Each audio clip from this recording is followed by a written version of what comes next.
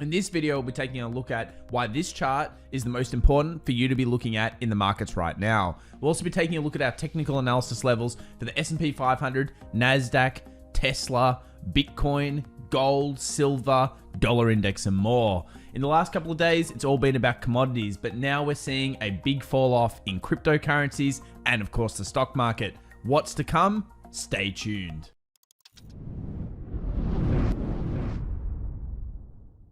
All right, guys, well, let's take a look at the heat map for yesterday to try to get a bit of an idea of what was going on. And it's very clear straight away that only some of the defensive sectors were safe. Healthcare was kind of a bit of a mismatch. And then we had some consumer defensives such as Walmart with a decent earnings come out and do okay. Basically speaking though, nothing was really that great yesterday. And it comes clear when we take a look at the indices. They started okay. In our live session, we were warning around that peak level, especially the Nasdaq, of course, 13,400 being the resistance zone. We kind of met that, and then by the end of the day, we saw sell off into the close, which really means Wall Street was the one selling near the close, and of course, they were trapping the retail buyers. When we take a look at the sectors, you'll notice that all the value sectors, things like XLE, XLF, industrial, some of the stronger sectors over the last couple of months were down, and the defensive sectors such as healthcare, utilities, and consumer staples were almost as flat as they could get. And this is consistent with a generalized sell-off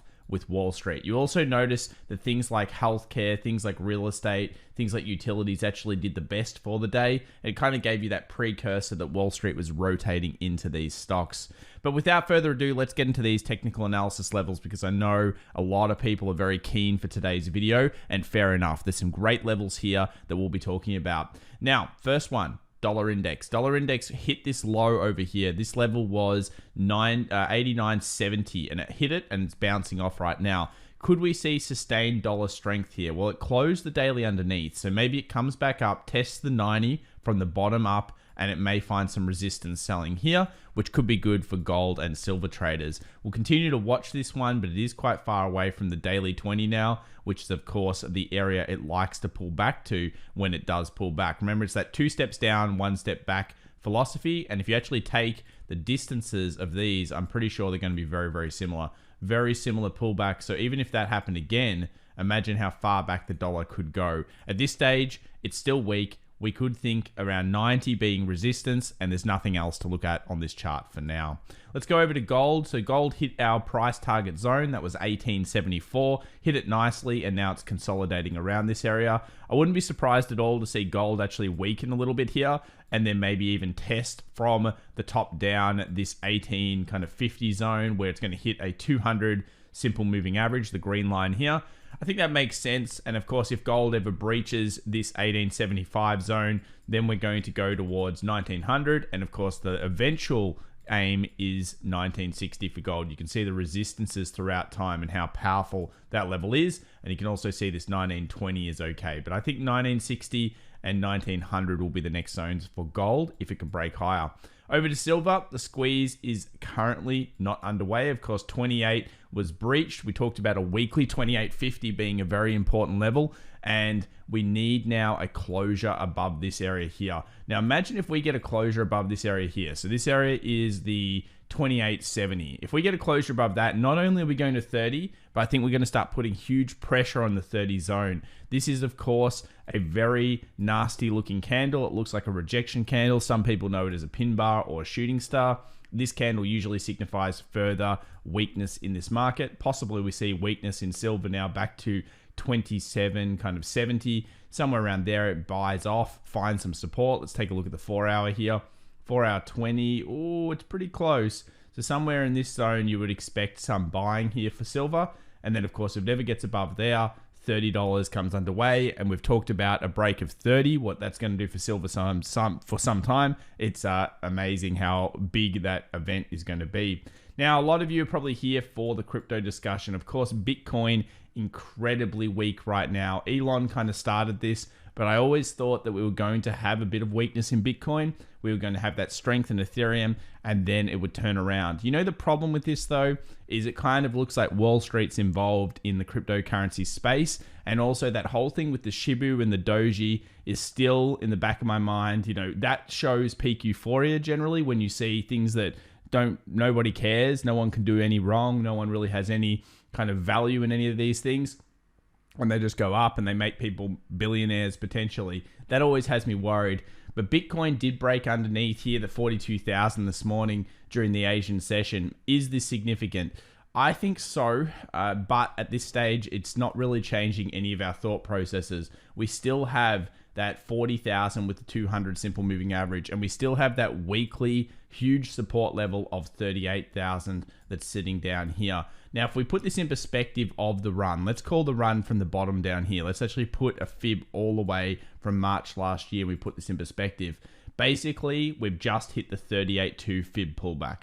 Have we hit a 50 fib pullback now? No, that's around 35,000. But I think for me, kind of 38,000 is starting to get very, very scary in the markets. We're not there just yet, but I would actually like to see this bounce pretty damn soon. It's hitting, of course, around this 40,000 psychological, very, very close to.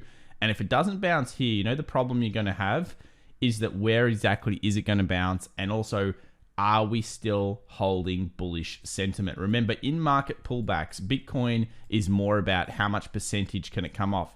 Peak to trough right now, we're looking at 37%. Not unheard of. But you know what hasn't happened ever during a bull run on Bitcoin? At least not to my knowledge for a long time. It's never gone down over 50% and then reclaimed it back. So 37% starting to get a little bit scary. I'm going to continue to monitor the situation. And of course, what we're looking for here is a trough, a peak, a higher trough, and a higher peak. Where will, at this stage, Bitcoin resume its uptrend? Needs to break through 46,000, and it has not done so yet. And of course, it's quite far away. You can see here the support over here, the resistances. 46,000 is really the only resumption at this point, unless we get a trough, a peak, a higher trough, and a higher peak. You guys know what it's all about. Lightning bolt action needs to be had. Let's move over to Tesla. So of course, Tesla hit the 560 support yesterday, bounced up and moved higher. Let's have a look at this on a 1 hour chart, just to really detail how we're looking at this market. So the way that I'm looking at it is that we have a clear level of consolidation. Here it is on the 4 hour, and I'd probably use a 4 hour or 2 hour confirmation here. So we have our supports, we have our resistances, and we have the level. If we break lower, what happens? I think we expose very low points. $500. That's right, I said that. $500 or $450 for Tesla will be had at that point. Now, if we break on a significant time frame, probably ideally 4 hour or daily or above this 592 zone, then what are we going to do? Hopefully return back to the devil number, the 666, where previous support was found. So this area here is incredibly important. Right now, the market's looking bearish, so we'll talk about that. But I think if Tesla closes under 560, I'd be pretty worried for buyers. And I think it just comes down to, we've had a sell-off here with a great recovery. We've had a sell-off, tried to recover. We've had a sell-off, tried to recover.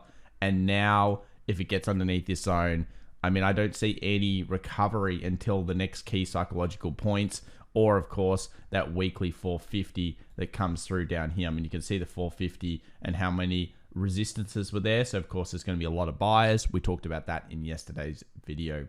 Let's move over to the US 100, as I'm sure many people are keen on this Nasdaq right now. Resistance, of course, the supports over here. Great technical, very solid. Right now, it looks like it's kind of double topping. Here's the double top. You've got it here, you've got it here, you've got the intervening. Of course, this is going to lead to what you would think is going to be some sellers in the markets, and those sellers are going to push it very cleanly down to around that 13,000 zone based on the double top. The thing that I've been talking about for a while though now has been these movements. This movement of the first move, the pullback, the second move, the pullback was the same length. We've checked that quite a few times. And then you get your third move. And that's kind of predicting a 12.7. Now, does this make sense to the market? I would argue it makes a lot of sense, and it also makes a lot of sense to our general sell in May theory. That is that we have supports across the board here. 12.7 is a zone that's clearly been met by a huge amount of buying pressure before, and it would also take us peak to trough here on the percentages of around 10%. So phenomenal levels being found if this stuff works out. And of course, right now, this market looks like the bears are back in control. If we move over to the QQQ, you'll notice 2050 on the daily. It's the exact same setup, except for the real market rather than the fake futures. and you'll notice the level of support was 321. I would expect the market at this stage to open underneath that. And of course, if you get a closure on any significant time frame, that's going to lead to further selling pressure back into these lows, which are around 315, 316. And then of course, the 700 equals 310 on the QQQ, around that 310 level. So cool stuff. Definitely bears in control at this stage. And if you want to know where the bulls come back in, it's not until they close it back above this zone up here, this 326, 327 on the QQQ, or of course the 13,400. If we go over to the US 500, this is denting this one as well. We've got a little double top that actually started playing out yesterday. We had weakness throughout many sectors. This is now pushed under in futures trade underneath the 4120, the very important zone. And it's looking like, as we expected, this market, especially the SP 500, is false breaking both ways. So I think we're going to have to use the Nasdaq to give us clearer direction, but it does look like the SP 500 is quite weak. I think we will be doing battle with the 4120 tomorrow during the trade session, and you can see why, because the real market closed at 4127. So while the futures are at 4114, this is where the real market closed. This is of course where we expected buy pressure to come straight back into the market.